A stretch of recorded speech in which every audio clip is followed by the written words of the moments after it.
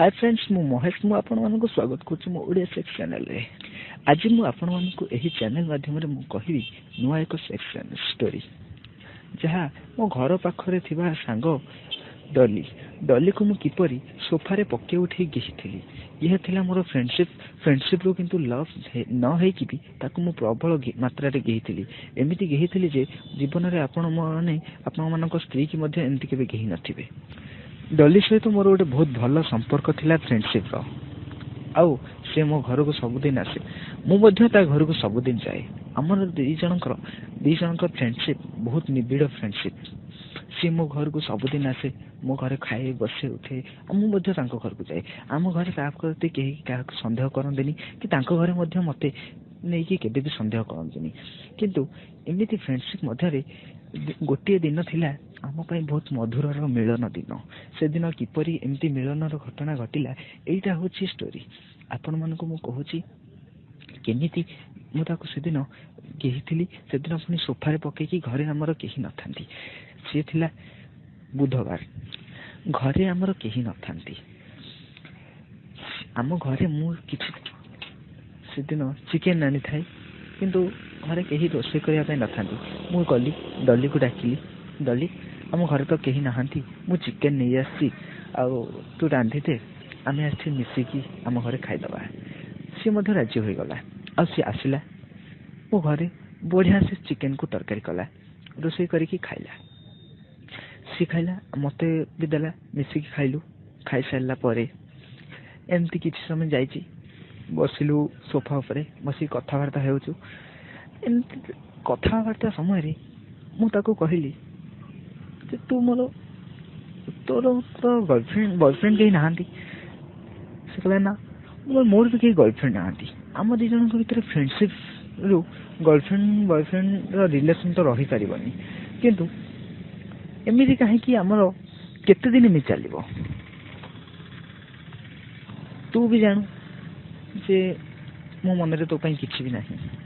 मु भी जाने तो मन रे किछि भी मो पई नाही किंतु भी आज मो मन किछि अधिक चाहूची तोठू। तू जदि किछि खराब न भाइबू गोटे कथा कहबी ना। हाँ कह। आम दी जन भीतर फ्रेंडशिप रे कौन सेक्स रिलेशन रखी पारियानी। एते क्लोज रे रहूचे तो मोर पाखापाखि बसुचे मु तो कांधे हाथ पकोचे तू मो कांधे हाथ पकोचु तू मो देहरे नदी घसी ही जाउचु सेमती किछि भी माइंड करनी किंतु एते सब परे तू मो सहित सब सदा बेले तू मो पाखरे सठी जाउचु। तोर छाती रे जो थिबा बड़ बड़ दुग्ध दुईटी मो देहरे बाजी जाउची। से कहला से किछि न कहि कि चुप होके सुनुथाए। मु कहली तोर जो छाती थिबा दुईटा दुग्ध मो देहरे बाजी एमि तो एनी टाइम बाजुची मु जानूची स्पर्श पाउचे किंतु भी आम भितर फ्रेंडशिप थाई कि भी आम सेक्स रिलेशन कहीं रखी पारिबानी।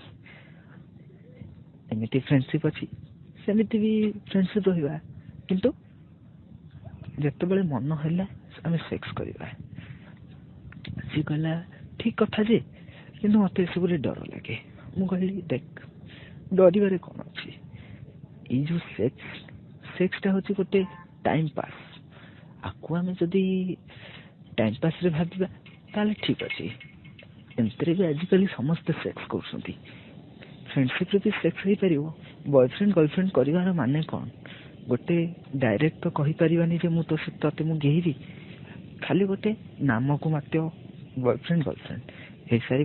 बॉयफ्रेंड गर्लफ्रेंड हो जाए आम जाकि पार्क बसिक सेक्स करवा एठी सेक्स करवा रूम बुक करवा आम द्वारा यह न करी अଯଥା टाइम वेस्ट न करी लव रे आम जब आम फ्रेंडशिप रे सेक्स करवा तो बहुत भल रहिबा आम रिलेशन। आउ आम से जो रोमांचकर समय बितेई पारिबा। से कहला तू भी ठीक कथा कहिचु। ए कथा मु आगुरु मन मन भाबिची किंतु केबे कहि पारिनी साहस हेनी। आ तू जेहेतु एमती कथा कहूचु ठीक अच्छे मु तो कथा राजी आम सेक्स करवा आ सबुदिन करवा मोर किसी ऑब्जेक्शन नहीं। मु खुशी हो गली आ मु कहा को गेही भी नथिली। एमिति जेहेतु मत गोटे झील सुजोग दोची सेक्स करने को सी पुणी मो फ्रेंड ता सहित मु सबुदिन मिसे सबुदिन सी मु जेतबेले बसी थाए सी मो पाखे आसिक सठी जाए ता दूध दुईटी मो देहरे बाजी जाए। ଆଉ ମୋ ଦେହଟା ହଠାତ୍ ଶିହରଣ ହୋଇଯାଇଥାଏ। ମୁଁ ତା ଦୁଧ ଆଡ଼କୁ ନଜର ଦିଏ। ତା ଦୁଧର ନିପଲ ଦୁଇଟା ବାହାରକୁ ବାହାରି ଆସିଥାଏ, ମାନେ ତା ଡ୍ରେସ୍ରୁ ଫୁଟିକି ଦେଖାଯାଉଥାଏ ଯେପରି ଗୋଟେ ଆଇସ୍କ୍ରିମ୍ ଉପରେ ଚେରିଟା ଲାଗିଛି। ଆଉ ମୋତେ ସେ ଚେରିକୁ ଖାଇବାକୁ ବହୁତ ମନ ହୁଏ। ଆଉ ମୁଁ ସେ କଥାକୁ ତାକୁ ମୁଁ ଭଲସେ ବୁଝେଇ ପାରିଦେଲି, ଆଉ ସିଏ ମଧ୍ୟ ମୋ କଥା ରାଜି ହୋଇଗଲା। ବର୍ତ୍ତମାନ ମୁଁ ତାକୁ କିପରି ସେକ୍ସ କଲି, ସେ କଥା କେମିତି କହିଲି, ବର୍ତ୍ତମାନ ମୁଁ ସେ କଥା କହୁଛି ଶୁଣନ୍ତୁ। ମୁଁ ହଠାତ୍ ତାକୁ ଟାଣିକି ମୋ ଛାତିରେ ଲଗେଇଦେଲି। ସେ ମୋ ଦେହରେ ଲାଗିଗଲା। ଆଉ ସେ ତା ହାତଟି ମୋ ଛାତି ପାଖକୁ ନେଇକି ମୋ ଛାତି ବାଳକୁ ଆଇଁଷିବାରେ ଲାଗିଲା। ଆଉ ଛାତି ବାଳରେ ଆଇଁଷିବାରେ ମୋ ଦେହର ରୁମ ଗୁଡ଼ାକ ଠିଆ ହୋଇଗଲା। ମୋତେ ଆଉ ଟିକେ ବେଶୀ ମାନେ କଣ୍ଟ୍ରୋଲ ବାହାରେ ହେଇଗଲି। ସେକ୍ସ ଟିକେ ବେଶୀ ଚଢ଼ିଗଲା। ଆଉ ମୁଁ ମଧ୍ୟ ଗେହିବାକୁ ମୋର ମନଟା ଆହୁରି ବେଶୀ ବଢ଼ିଗଲା। ଏମିତି ଠିକ୍ ମୁଁ ତାକୁ ଛାତିରେ ଲଗେଇକି ଆଉଁସିବା ସମୟରେ ମୋ ହାତଟିକୁ ଧୀରେ ଧୀରେ ନେଇ ତା କାନ୍ଧ ଆଡ଼କୁ ନେଲି। ତା କାନ୍ଧକୁ ଆଉଁସି କରିକି ଧୀରେ ଧୀରେ ନେଇକି ତା ଦୁଧ ଆଡ଼କୁ ନେଲି। ଆଉ ତା ଦୁଧ ଆଡ଼କୁ ପୁରେଇଲି। ହଠାତ୍ ମୋ ନଜର ଥିଲା ସେ ଚେରି ଆଡ଼କୁ, ମାନେ ତା ଦୁଧରେ ଥିବା ନିପଲ, ସେଇଟାକୁ ନେଇକି ହାତ ମାରିଲି। ମୋଟା ମୋଟା ଲାଗିଲା, ଭାରି ମଜା ଲାଗିଲା। ସାଙ୍ଗେ ସାଙ୍ଗେ ମୁଁ ଆଉ ଯେତେବେଳେ ହାତ ବାଜିଗଲା ମୁଁ ଆଉ ସହିପାରିଲିନି। ସାଙ୍ଗେ ସାଙ୍ଗେ ତା ବ୍ଲାଉଜଟିକୁ ଖୋଲିଦେଲି। ବ୍ଲାଉଜଟିକୁ ଖୋଲିଦେଲା ପରେ, ବ୍ଲାଉଜ ତ ତାକୁ କୁହାଯିବନି, ଆକ୍ଚୁଆଲି ତାକୁ କୁହାଯିବ ଫ୍ରକ୍। ତା ସେ ଯେଉଁ ଫ୍ରକ୍ଟିକୁ ନୁଆଇଁ ଦେଲି। ତା ପଛପଟ ଚେନ୍ ଖୋଲିକି ଫ୍ରକ୍ଟିକୁ ଯେତେବେଳେ କାଢ଼ିଦେଲି, ସେତେବେଳେ ଥିବା ଦୁଧ ଦୁଇଟି କୋରା ଆଉ ଅତି ସୁନ୍ଦର ଦିଶୁଥାଏ। ତାକୁ ମୁଁ ବହୁତ ଭଲ ଭାବରେ ତଳିଲି।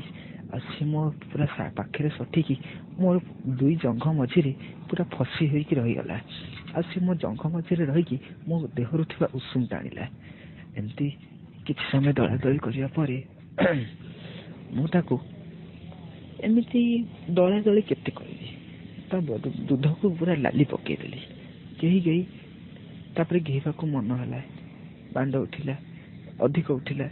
ତାକୁ ମୁଁ କହିଲି, ମୋ ବାଣ୍ଡଟିକୁ ପ୍ୟାଣ୍ଟ ଭିତରୁ ଖୋଲିକି କହିଲି, ଆକୁ ଚାଟ, ଏମିତି ଚାଟ ଯେ ଯେମିତି ବାଣ୍ଡ ସାରା ନାଳ ହୋଇଯିବ ଆଉ ତତେ ଗେହିବା ପାଇଁ ସୁବିଧା ହବ। ତାପରେ ସିଏ ମୋ କଥା ମାନିକି ମୋ ବାଣ୍ଡଟିକୁ ଚାଟିବାରେ ଲାଗିଲା। ଚାଟିକି ନାଳରେ ମୋ ବାଣ୍ଡଟିକୁ ପୁରା ପତ ପତ କରିଦେଲା। ତାପରେ ମୁଁ ସେ ବାଣ୍ଡଟିକୁ ନେଇ, ମୋ ହାତଟିକୁ ନେଇ ତା ବିଆ ଆଡ଼କୁ ନେଲି। ହାତରେ ମାରିଲି। ତା ବିଆ ମଧ୍ୟ ଟିକେ ଟିକେ ଓଦା ହୋଇଯାଇଥିଲା। ଆଉ ମୁଁ ତା ବିଆରେ ହାତ ପୁରେଇଲି। ଗୋଟିଏ ଆଙ୍ଗୁଠି ଗଳିଲା, ଦୁଇଟା ଆଙ୍ଗୁଠି ଏତେ କଷ୍ଟରେ ଗଳୁନଥିଲା। ମୋ ବାଣ୍ଡ ଦୁଇଟି ଏତେ ନାଳୁଆ ହୋଇଯାଇଥିଲା ଯେ ମୁଁ ନେଇକି ତା ବିଆରେ ପୁରେଇ ଦେଲି। ବେଶୀ କଷ୍ଟ ହେଲାନି, କିନ୍ତୁ ଗଳିଗଲା, କାହିଁକି ମୋ ବାଣ୍ଡଟି ନାଳୁଆ ହୋଇଥିଲା। ଆଉ ବହୁତ ମଜା ଲାଗିଲା। ଏମିତି ତାକୁ 10-15 ମିନିଟ୍ କରିବା ପରେ ମୁଁ ବାଣ୍ଡରୁ ବୀଜ ଗୁଡ଼ା ବାହାରିଗଲା। ଆଉ ମୁଁ ସେ ବୀଜ ଗୁଡ଼ାକୁ ନେଇକି ତା ନାହିରେ ପକେଇଦେଲି। ଆଉ ସେଇ ବୀଜକୁ ସେ ପୁରା ଚାଟିକି ସଫା କରିଦେଲା। ବହୁତ ଖୁସିରେ ଖାଇଦେଲା। ଆଉ ତାକୁ ବି ବହୁତ ମଜା ଲାଗିଲା। ଆଉ ସେଇଦିନଠୁ ଆମ ଫ୍ରେଣ୍ଡସିପ୍ଟା ଆଉ ଟିକେ ବେଶୀ ନିବିଡ଼ ହୋଇଯାଇଛି। ବର୍ତ୍ତମାନ ମୁଁ ତାକୁ ସବୁଦିନ ଗେହୁଛି। ଗେହି ମୁଁ ଆଗ ଅପେକ୍ଷା ଟିକେ ଝଡ଼ି ଯାଇଛି। ଏମିତି ଫ୍ରେଣ୍ଡସିପ୍ରେ ଆମର ଘିଆଘି ଚାଲିଛି। ବର୍ତ୍ତମାନ ଏମିତି ଆମ କିଛି ରୋମାଣ୍ଟିକ୍ ଷ୍ଟୋରି ହେଲେ ମୁଁ ଆପଣଙ୍କୁ ନିଶ୍ଚୟ କହିବି।